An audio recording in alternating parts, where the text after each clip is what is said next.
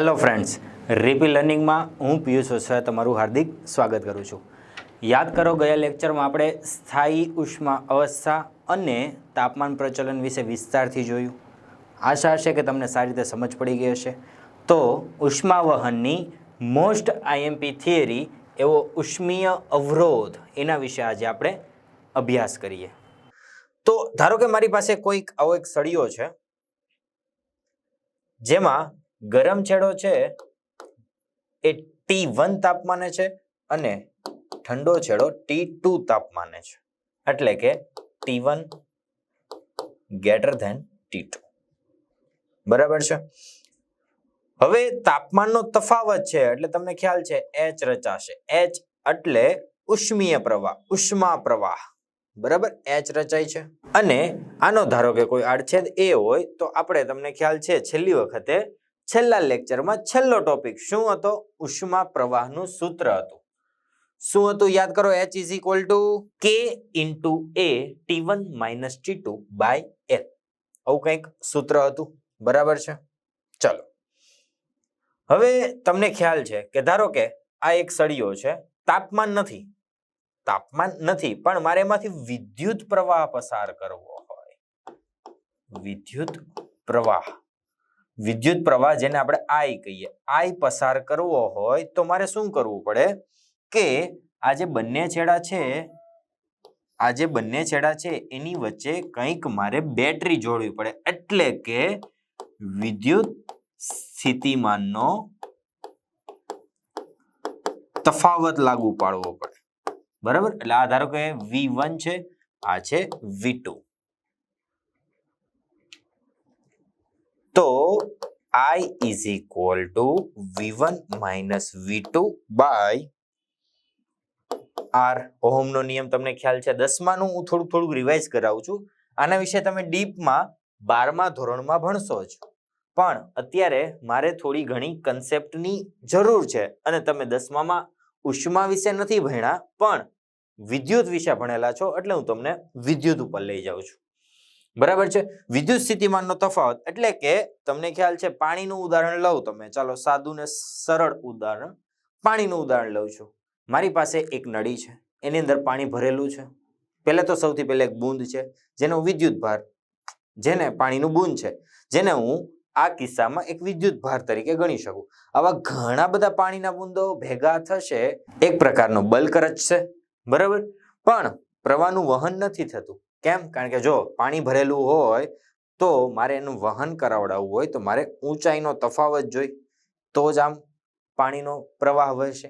એવી જ રીતના જ્યારે વિદ્યુત પ્રવાહ પસાર કરવો હોય ને, ત્યારે મારી પાસે કંઈક ડ્રીવન ફોર્સ,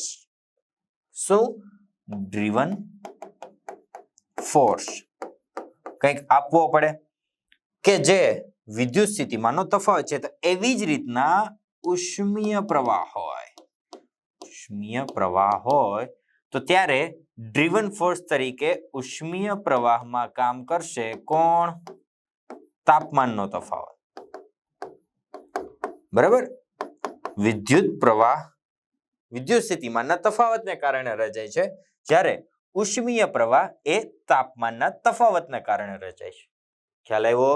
અહીંયા જો તાપમાનનો તફાવત જ છે ને, જે મેં શરૂઆતમાં કીધું હતું. અહીંયા તાપમાનનો તફાવત છે એટલે ઉષ્મીય પ્રવાહ રચાશે. તો આ કિસ્સામાં ડ્રીવન ફોર્સ તરીકે તાપમાનનો તફાવત ઇફેક્ટ કરે છે. તો હવે આ તાપમાનનો તફાવત લાગુ પાડેલો છે તો કંઈક સ્થાયી ઉષ્મા અવસ્થા છે. ખાસ ધ્યાન આપજો, સ્થાયી ઉષ્મા અવસ્થા છે એટલે કે જેટલી ઉર્જા ગરમ છેડા દ્વારા મેળવાતી હશે એટલી જ ઉષ્મા ઠંડા છેડા દ્વારા ગુમાવાતી હશે. આપણે આગળના ચેપ્ટરમાં ડીપલી રીતે સમજેલા છીએ. તો એવી સ્થાયી ઉષ્મા અવસ્થા છે, તેમાં ઉષ્મા પ્રવાહ, એનું સૂત્ર આપણે શું લીધેલું? H is equal to Q by T, એટલે કે K into A T1 minus T2 by L. Okay, આ મેં કઈ નથી કીધેલું, આ આગલા ચેપ્ટરનું છે જે મેં તમને સ્ટાર કરીને યાદ રાખવા કીધેલું. ઓકે, પણ H is equal to T1 minus T2 by RH. જો તો કંઈક આ સમીકરણ જેવું લાગે છે, દેખાય છે? H વિદ્યુત આરે હું કંઈક સામ્યતા લાવું છું. વિદ્યુતનું સમીકરણ હતું V1. વિદ્યુત એટલે મીન્સ વિદ્યુત પ્રવાહ V2 માઇનસ R આવું હતું. આની જોડે કમ્પેરિઝન કરું છું તો એ કિસ્સામાં આ પ્રવાહ છે, તો આ જો ઉષ્મીય પ્રવાહ છે. અહીંયા ડ્રીવન ફોર્સ તરીકે વિદ્યુત સ્થિતિમાનનો તફાવત હતો, અહીંયા ડ્રીવન ફોર્સ તરીકે તાપમાનનો તફાવત છે. તો જે R આ કિસ્સામાં અવરોધ હતો એ આ કિસ્સામાં એટલે કે ઉષ્માના કિસ્સામાં થશે ઉષ્મીય અવરોધ. બોલો ના ખબર પડી? પાકું પડી કે ખ્યાલ છે ને? બરોબર, એક્ઝેક્ટલી. મેં જો તમે બાજુમાં આ વિદ્યુતનો કિસ્સો છે, આ ઉષ્માનો કિસ્સો છે. ઓકે, તો હવે જરા આને ને આને સરખાવો. જો જરા શું દેખાય છે કે T1 માઇનસ T2 છે, H is equal two H છે, પણ આની બદલે મેં શું લખ્યું છે 1/RH 1/RH is equal two KA/L. તો આ સમીકરણ પરથી આપણે RH નું મૂલ્ય લખવું હોય તો ઉલટાવી દો. RH is equal two L/K into A. બરાબર, અને RH ને કહેવાશે ઉષ્મીય અવરોધ. બરાબર, જેનો એકમ બનાવું તો શું થશે? આ H ને નીચે આવવા દો, RH ને કરતા બનાવો તો T/H. T તાપમાનનો એકમ કેલ્વિન ને નીચે H એનો વોટ. બરાબર, તો એનો એકમ થશે K/W એટલે કે કેલ્વિન પ્રતિ વોટ. અને ઉષ્મીય અવરોધનું સૂત્ર છે L/Ka. સમજાય છે?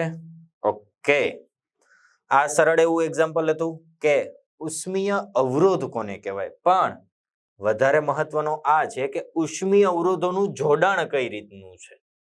બરાબર, જોડાણ તમને ખ્યાલ છે? જો તમે વિદ્યુતના કિસ્સામાં વાત કરો તો અવરોધના બે પ્રકારના જોડાણ હતા. એક હતું શ્રેણી અને એક હતું સમાંતર. તો એ જ રીતે વાત કરીએ તો ઉષ્મીય અવરોધોનું જોડાણ એ પણ બે જ પ્રકારે. એ જ રીતે પહેલું આવે છે શ્રેણી જોડાણ. બરાબર છે? તો જરાક આકૃતિ સમજવાનો પ્રયત્ન કરીએ કે મારી પાસે જુદી જુદી લંબાઈ ધરાવતા, લંબાઈ જો આ એકની છે L1, એકની છે L2, જુદી જુદી લંબાઈ ધરાવતા પણ સમાન આડછેદ છે. જો બંનેનો આડછેદ એ જ છે, એટલે કે આડછેદ બંનેનો સરખો છે પણ લંબાઈ અલગ અલગ છે. જુદી જુદી લંબાઈ અને સમાન આડછેદ ધરાવતા બે જુદા જુદા દ્રવ્ય છે. પાછા દ્રવ્ય પણ અલગ અલગ છે. એ તમે જોઈ શકો છો, બંને દ્રવ્ય અલગ અલગ છે એટલે એની ઉષ્મા વાહકતા એકની હશે K1, એકની હશે K2. અલગ અલગ દ્રવ્ય છે ને, મેં તમને કીધું એમ ઉષ્મા વાહકતા એ દ્રવ્યના પ્રકાર ઉપર આધાર રાખે છે. તો અહીં દ્રવ્ય અલગ છે તો બંનેની ઉષ્મા વાહકતા પણ અલગ હશે. હેલો, બરાબર. તો આ જે T1 છેડો છે એ ઊંચા તાપમાન પર રહેલો છે અને T2 છેડો છે એ ઠંડા તાપમાન પર રહેલો છે. બરાબર છે? અને ઉષ્મીય અવરોધોમાં આપણે કીધું કે સ્થાયી ઉષ્મા અવસ્થા છે એટલે T1 જેટલી ઉષ્મા મેળવતું હશે T2 એટલી જ ઉષ્મા ગુમાવતું હશે. હવે હું વારા ઘડીએ એકને એક મુદ્દો રિપીટ નહીં કરું. હવે આવે એટલે તમારે સમજાવવાનું કે સ્થાયી ઉષ્મા અવસ્થા જ છે. ઓકે, અને અહીં તમે જોઈ શકો છો કે બંનેમાંથી ઉષ્મીય પ્રવાહ સરખો આવશે. બરાબર છે? જો અહીંથી નીકળે છે અને આગળ વધે છે એટલે પ્રવાહમાં કોઈ પણ પ્રકારનો ફેરફાર થતો નથી. બરાબર, પણ પ્રવાહમાં ફેરફાર ક્યારે થશે? હું બીજી રીતે જોડાણ આપું તો એ આપણે આગળ હમણાં ચર્ચા કરશું એ બાબતે. પણ જ્યારે આ રીતે શ્રેણી જોડાણ હોય એટલે અહીંથી કંઈક પ્રવાહની રચના થશે ઊંચા તાપમાનથી અને નીચા તાપમાન તરફ જશે એટલે એમાં પ્રવાહમાં કોઈ પણ પ્રકારનો ફેરફાર થતો નથી. પ્રવાહ માત્ર ને માત્ર એક દ્રવ્યમાંથી બીજા દ્રવ્યમાં ગતિ કરે છે. બરાબર, એટલે પ્રવાહ ચેન્જ થશે નહીં, એ તો H નો H જ રહેશે. તો તમે જોઈ શકો છો કે અહીં R1 જ્યાં લાલ ભાગ વડે બતાવેલો છે એનો ઉષ્મીય અવરોધ એ આપણે સૂત્ર ખ્યાલ જ છે L/K ઇન્ટુ A. ઉષ્મીય અવરોધ RH એનું સૂત્ર શું હતું? L/K. આને તમે યાદ રાખી શકો, R is equal two Lanka, ઉપર લંગ નીચે કા, લંકા. ઓકે, તો લંકા લગાડીએ. ચલો અહીંયા R1 ઇઝ ઇક્વલ ટુ ઉપર લંબાઈ કેટલી છે? L1, નીચે K ઉષ્મા વાહકતા, પણ આ દ્રવ્ય માટે ઉષ્મા વાહકતા છે K1 છેદમાં A ક્ષેત્રફળ કેટલું છે a આડછેદનું ક્ષેત્રફળ છે a r1 ની વાત કમ્પ્લીટ હવે આ બીજા દ્રવ્યનો એટલે કે r2 ની વાત કરીએ જે બીજા પ્રકારનું દ્રવ્ય છે તેના લીધે કેટલો ઉષ્મીય અવરોધ છે તો r2 હવે આવે છે લંબાઈ L2 બાય K2 જોઈ શકો ઉષ્મા વાહકતા K2 છેદમાં a કારણ કે સમાન આડછેદ છે ઓકે પણ હવે હું શું કરું છું હવે મારે સમતુલ્ય અવરોધની જરૂર છે તો સમતુલ્ય અવરોધ કઈ રીતે મળે આને કહેવાય સમતુલ્ય અવરોધ તો સમતુલ્ય અવરોધ કઈ રીતે મળે કે આના જેટલો જ આડછેદનું ક્ષેત્રફળ ધરાવતો આઈ રહ્યો જોઈ લો એના જેટલું જ આડછેદનું ક્ષેત્રફળ ધરાવતો અને એના જેટલી જ લંબાઈ ધરાવતો એના જેટલી જ લંબાઈ જો અહીંયા કેટલી લંબાઈ હતી L1 + L2 તો અહીંયા L1 + L2 એના જેટલી જ લંબાઈ ધરાવતો અને સમાન આડછેદ ધરાવતો કોઈ એક જ દ્રવ્યનો સળિયો લઉં પરિમાણ બદલાતું નથી પરિમાણ એનું એ જ રહે છે એ અને L1 + L2 પરિમાણ એનું એ જ રહે છે પણ માત્ર ને માત્ર હવે બે દ્રવ્ય હતા એને મેં રિમૂવ કરી દીધા અને કોઈ એક દ્રવ્ય એવું લીધું અને હવે હું ઉષ્મીય અવરોધ માપું તો ઉષ્મીય અવરોધનું સૂત્ર હવે શું બનશે જો તો આ કિસ્સામાં તો સમતુલ્ય હોય તો સમતુલ્ય અવરોધ હોય તો સમતુલ્ય ઉષ્મીય અવરોધને RS એના વડે બતાવાય કારણ કે રેઝિસ્ટન્સ ઓફ સિરીઝ અને આ દ્રવ્ય જે મેં લીધેલું છે એક જ દ્રવ્ય એની ઉષ્મા વાહકતાને મેં KS વડે બતાવેલી છે ઓકે તો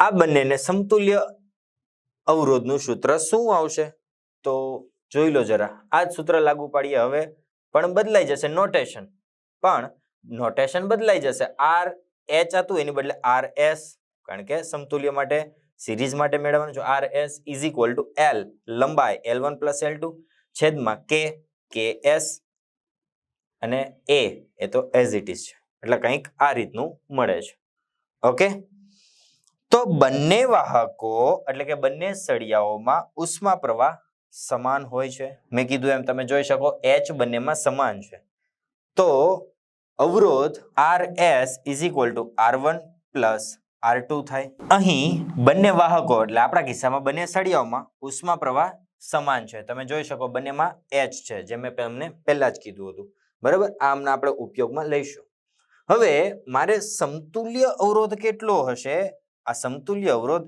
એ R1 અને R2 બંનેના સરવાળા જેટલું હશે બરાબર આ સૂત્ર મેં ક્યાંથી લીધેલું છે તમને ખ્યાલ છે જ જ્યારે આપણે અવરોધોનું શ્રેણી જોડાણ કરીએ એ ટર્મિનોલોજીનું મેં અહીંયા થોડુંક ઇમ્પ્લિમેન્ટ કર્યું છે બરાબર અને પ્રયોગોમાં પણ એ જ રીતે થાય છે પણ તમારે સમજવામાં સરળતા રહે એટલે તમારે એમ જ સમજવાનું કે આ અવરોધોનું જોડાણ છે અવરોધની શ્રેણી જોડાણ હોય ત્યારે આપણે ડાયરેક્ટ સરવાળો કરતા હતા ને આ રીતે 10માં યાદ છે કે ભૂલાઈ ગયું કે બાષ્પીભવન થઈ ગયું અહીંયા R1 હોય અહીંયા R2 હોય બંને શ્રેણીમાં છે તો એનો સમતુલ્ય અવરોધ R એ બંનેના ડાયરેક્ટ સરવાળા જેટલો થાય ક્યારે શ્રેણીમાં હોય ત્યારે એટલે સમતુલ્ય અવરોધ RS = R1 + R2 RS = R1 + R2 okay પણ R1 R2 ની કિંમત છે મારી પાસે જો તો L1/K1A plus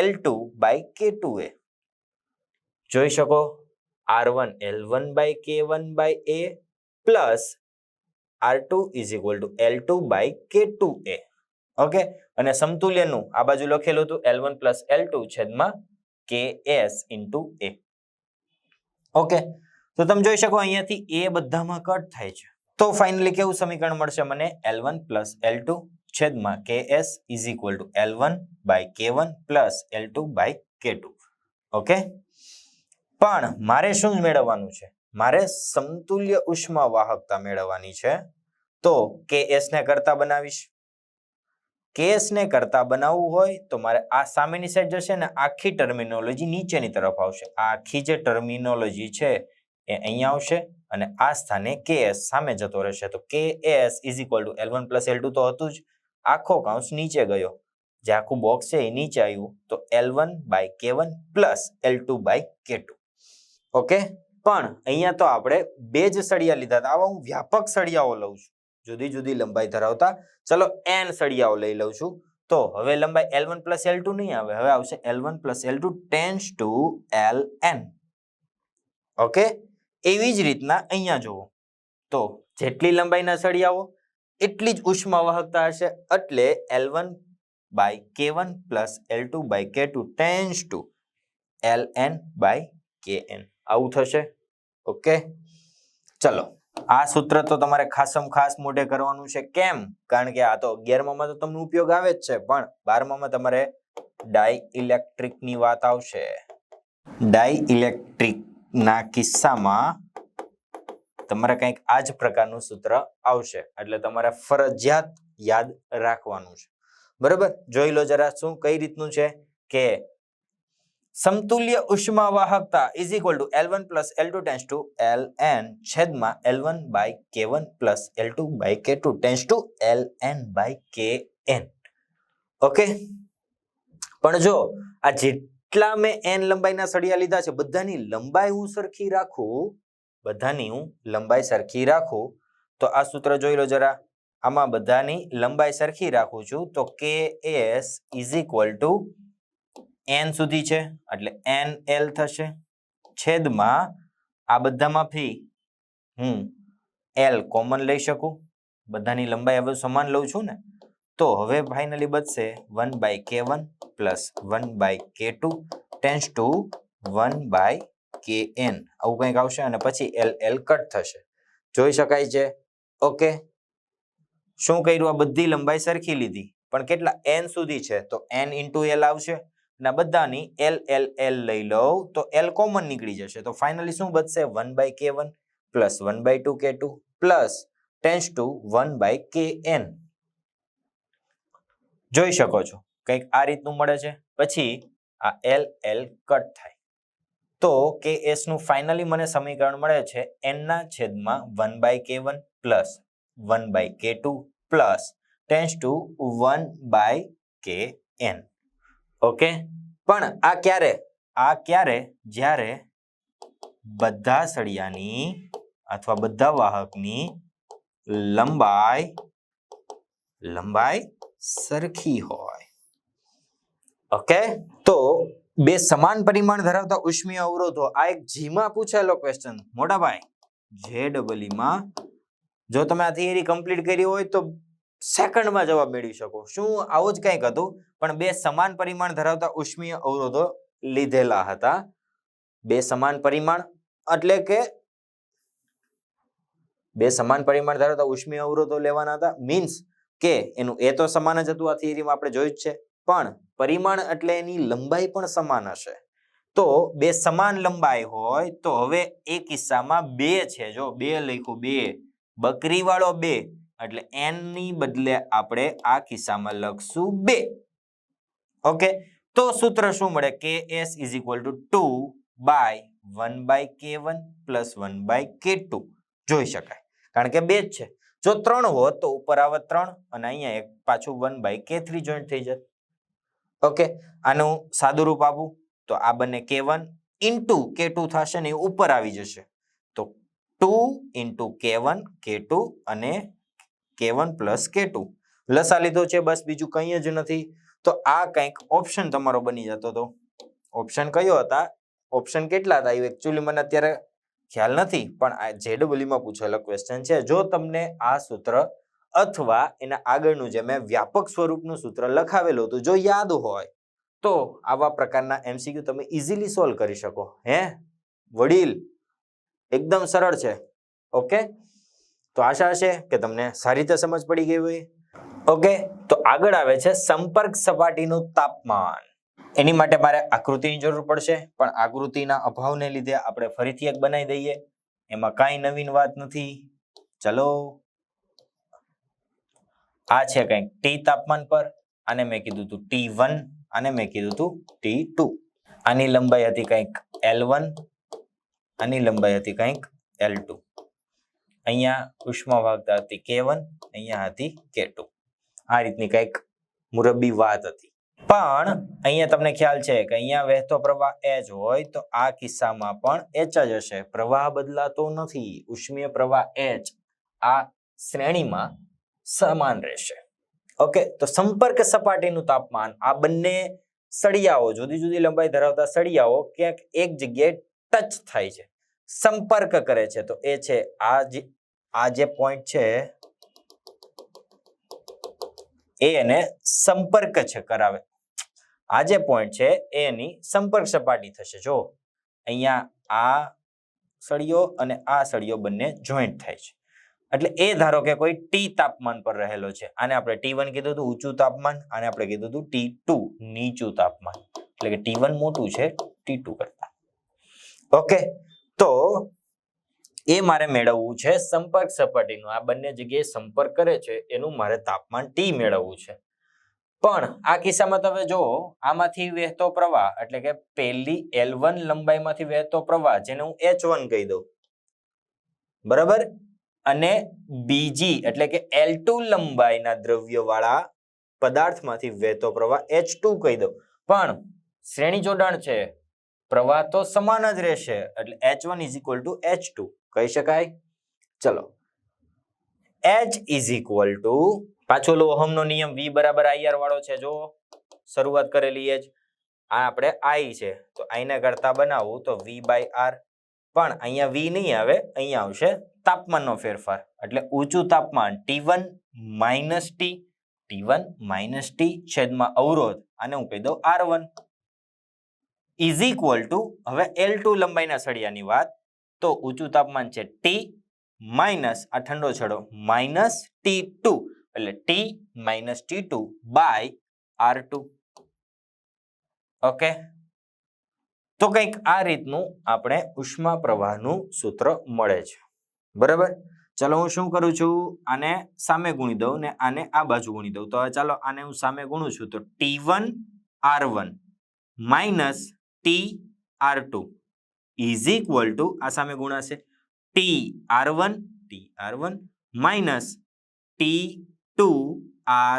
- T2 R1. Okay, ચોકડી ગુણાકાર છે, વધારે કઈ પણ પ્રકારનું રોકેટ સાયન્સ નથી. હવે હું શું કરું છું કે આ T વાળા જે ટર્મ છે એને હું એક બાજુ લાવી દઉં છું, તો આ ટર્મ સામે આવી જશે, આ બાજુ આવી જશે. તો T કોમન કાઢું તો અહીંયા R1 તો પ્લસ જ છે, અને આ માઇનસ સામેની સાઈડ આવે તો થશે પ્લસ R2. લખું છું તો થોડુંક વધારે ખ્યાલ આવે, કારણ કે હું થોડોક અટવાઈ જઈશ.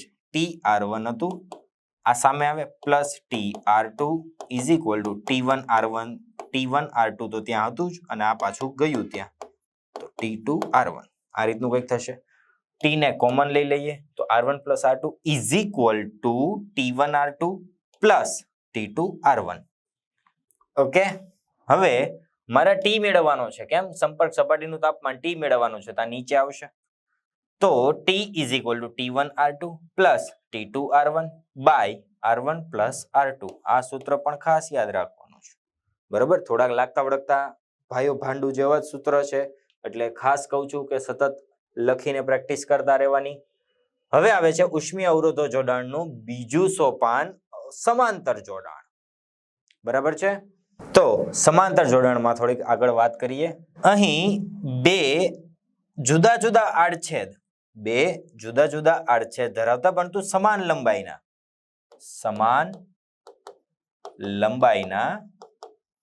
અને જુદા આડછેદ ધરાવતા, સમાન લંબાઈ છે, આડછેદ જુદા જુદા છે, એવા બે સળિયા લીધેલા છે, બરાબર. પરંતુ એનો એક છેડો ઊંચા તાપમાને રહે. જો આ બંને સળિયા છે, એનો આ એક છેડો જો બંનેને ઊંચા તાપમાને રાખ્યા છે, અને બીજો છેડો છે એ બંનેના બીજા છેડાને, એમ ખાલી એકનો નહીં, બંનેના એક છેડાને ઊંચા તાપમાને અને બંને સળિયાના બીજા છેડાને ઠંડા છેડા તરફ જોડાણ કરીએ તો આ પ્રકારના જોડાણને કહેવાય સમાંતર જોડાણ,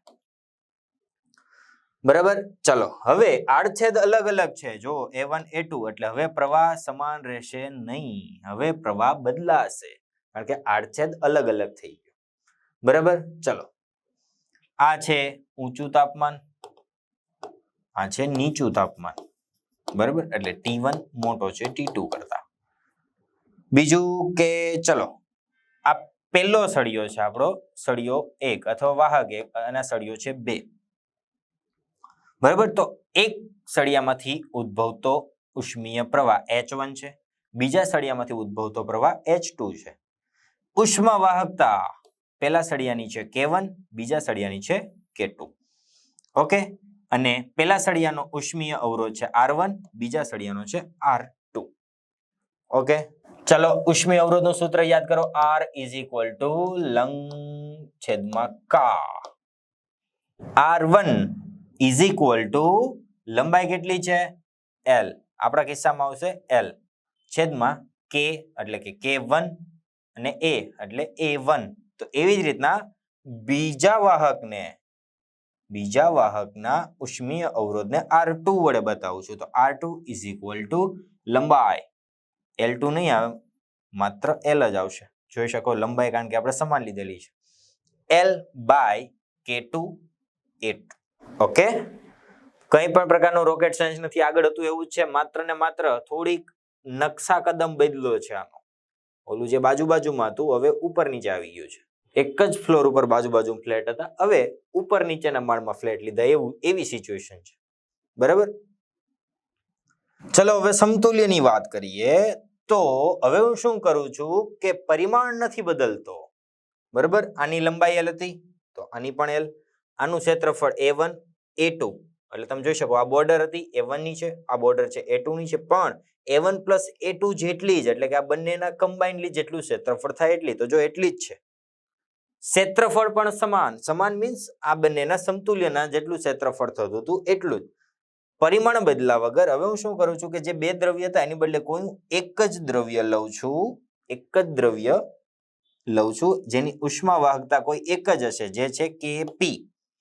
બરાબર, દ્રવ્ય એક છે તો એની ઉષ્મા વાહકતા પણ એક હશે, જે છે Kp.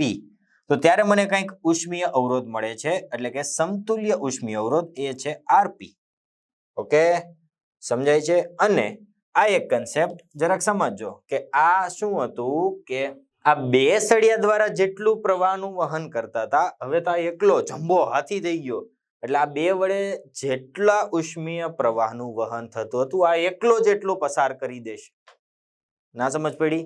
ફરીથી, આ બે સળિયા દ્વારા જેટલા ઉષ્મીય પ્રવાહનું વહન થતું હતું, આ સમતુલ્ય આ એકલો જ આ બંને જેટલું જ વિદ્યુત પ્રવાહ, બંને જેટલું જ ઉષ્મીય પ્રવાહનું વહન કરી દેશે. એટલે H આ સમતુલ્ય છે.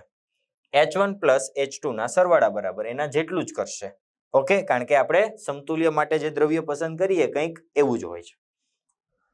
તો પાછું આ સૂત્ર લંકાવાળું અહીંયા મૂકીએ. તો હવે સમતુલ્ય અવરોધ Rp લંબાઈ L સેમ જ છે, છેદમાં K. તો અહીંયા આપણા ખિસ્સામાં છે Kp બાય A. એ છે આપણો A1 પ્લસ A2. ઓકે, જોઈ લો, કંઈ પણ પ્રકારનું રોકેટ સાયન્સ નથી, કોઈ પણ પ્રકારનું પાટિયું તો કોઈ બોલશે જ નહીં. બરાબર, લીગલી રીતે જ હું જાઉં છું. ઓકે, તો હવે સમતુલ્ય અવરોધ Rp હોય તો આ પણ મેં વિદ્યુતની ટર્મિનોલોજી લીધી છે, હું તમને અગાઉથી કહી દઉં છું. વિદ્યુતના કિસ્સામાં જ્યારે આપણે સમાંતર જોડાણ હોય ત્યારે અવરોધનું સૂત્ર કંઈક આ રીતે હોય છે, એની ટર્મિનોલોજી મેં યુઝ કરી છે. તો સમતુલ્ય અવરોધ 1/Rp = 1/R1 પ્લસ 1/R2. પણ સૂત્ર બધાના છે મારી પાસે. R1 નું સૂત્ર શું હતું? R1 = L/K1 A1. R2 નું હતું L/K2 A2. એ જ રીતે RP નું હતું L તો હતું જ, Kp અને અહીંયા હતું A1 પ્લસ A2. ઓકે, તો બધા જ કિંમતો હું અહીંયા મૂકી કાઢું તો તમે જોઈ શકાય છે Rp ની બદલે L, તો L નીચે આવ્યું અને Kp by A1 plus A2 ઉપર જશે, જોઈ શકાય છે, = 1/R1. R1 એટલે L/K1 A1 plus R2 L/K2 A2. Okay, જોઈ શકાય છે અહીંયા L બધી બાજુથી કટ થાય છે. તો ફાઇનલી મને કંઈક સમીકરણ મળશે Kp A1 plus A2 = K1 A1 plus K2 A2. મારે Kp મેળવવાનો છે. શું મેળવવાનો છે? કેપી મેળવવાનો છે. તો કેપી ને હું કરતા બનાવીશ. K1 A1 plus K2 A2 તો હતું જ, A1 પ્લસ A2 નીચે આવશે. ઓકે, ચલો હવે અહીંયા આપણે બે જ સળિયા લીધા હતા, માત્ર ને માત્ર બે જ સળિયા લીધા હતા, પણ આવા મારી પાસે n સળિયા એટલે કે n વાહક હોય તો Kp is equal to K1 A1 plus K2 A2 tends to Kn An થશે. એવી જ રીતના ક્ષેત્રફળ A1 plus A2 tends to An સુધી આવશે. આ પણ વ્યાપક સૂત્ર છે, યાદ રાખજો. આના પરથી બીજા બધા આગળ સૂત્ર મેળવાશે, પણ આ આવડતું હશે તો તમને બધા જ સૂત્ર આવડશે. ઓકે, એટલે જેમ આગળ આ સમીકરણ જોયું હતું તેવી જ રીતના આ સમીકરણને પણ યાદ રાખવાનો પ્રયત્ન કરવાનો નથી, કરવાનું જ છે, યાદ જ રાખવાનું છે. ઓકે, પણ જો બધાના આડછેદના ક્ષેત્રફળ હું સરખા લઈ લઉં, બરાબર, એટલે આજે એક પતલો હતો, એક આમ ઊંચો જાડો હતો, પણ હવે બધાનું સરખા લઈ લઉં એટલે કે આડછેદનું ક્ષેત્રફળ હું સરખું લઈ લઉં એટલે એ થશે. તો અહીંયા તમે જોઈ શકાય છે, હવે હું બધા એ લઈ લઉં તો આ બધા એ થઈ, એને કોમન લઈ શકાય તો અંદર શું બચશે? K1 plus K2 tends to Kn છેદમાં a plus કેટલા a આવશે? n સુધી આવશે, એટલે n a કટ થઈ ગયા, એટલે Kp is equal to K1 plus K2 tends to Kn by n. આવું કંઈક આવશે, જોઈ શકાય. a K1 plus K2 tends to Kn by n. a cut થઈ ગયા, તો finally Kp is equal to K1 plus K2 tends to Kn છેદમાં n. આટલું બચ્યું, જોઈ શકાય છે. ઓકે,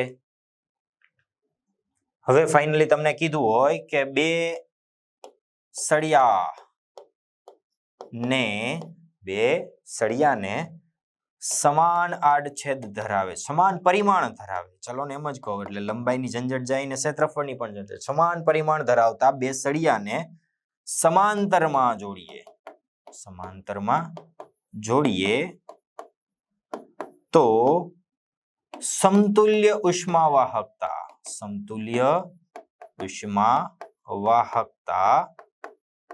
જેટલી થશે. તો કંઈ જ નથી કરવાનું, બે છે તો Kp is equal to K1 plus K2 છેદમાં 2. બસ ટન જવાબ આવી ગયો. દાણા. ઓકે, તો આ રીતના ખાસ સૂત્ર યાદ કરવાના, અને આજે આપણે બહુ સારા એવા ઉષ્મીય અવરોધન વિશે જ્ઞાન મેળવ્યું અને તેના બંને પ્રકારના જોડાણ જેવા કે શ્રેણી જોડાણ અને સમાંતર જોડાણ, એના વિશે આપણે ડીપલી ચર્ચા કરી. ઓકે, તો આશા છે કે આજનું સેશન બહુ તમે સારી રીતે એટેન્ડ કર્યું અને તમે સારી રીતે સમજ્યા હશો. ન સમજાય વારંવાર રિવાઇડ કરીને જોવો, કારણ કે થર્મોડાયનેમિક્સ છે એ સાચા પ્રેમ જેવી વસ્તુ છે, માંડ ગળાની છે ઉતરે. ઓકે, તો જ્યાં સુધી પાછળના ટોપિક કમ્પ્લીટ ક્લિયર ન થાય ત્યાં સુધી આગળના ટોપિક મહેરબાની કરીને જોશો નહીં, કારણ કે આગળનું હશે એ પાછળ સાથે કંઈક ને કંઈક રિલેટેડ હશે. તો આશા છે કે તમે સારી રીતે અત્યાર સુધી બધું ક્લિયર કર્યું હોય. જો ન કર્યું હોય તો કમ્પ્લીટ કરી નાખજો અને સતત લખતા રહો, વાંચતા રહો અને મહત્તમ MCQ સોલ્વ કરો. All the very best.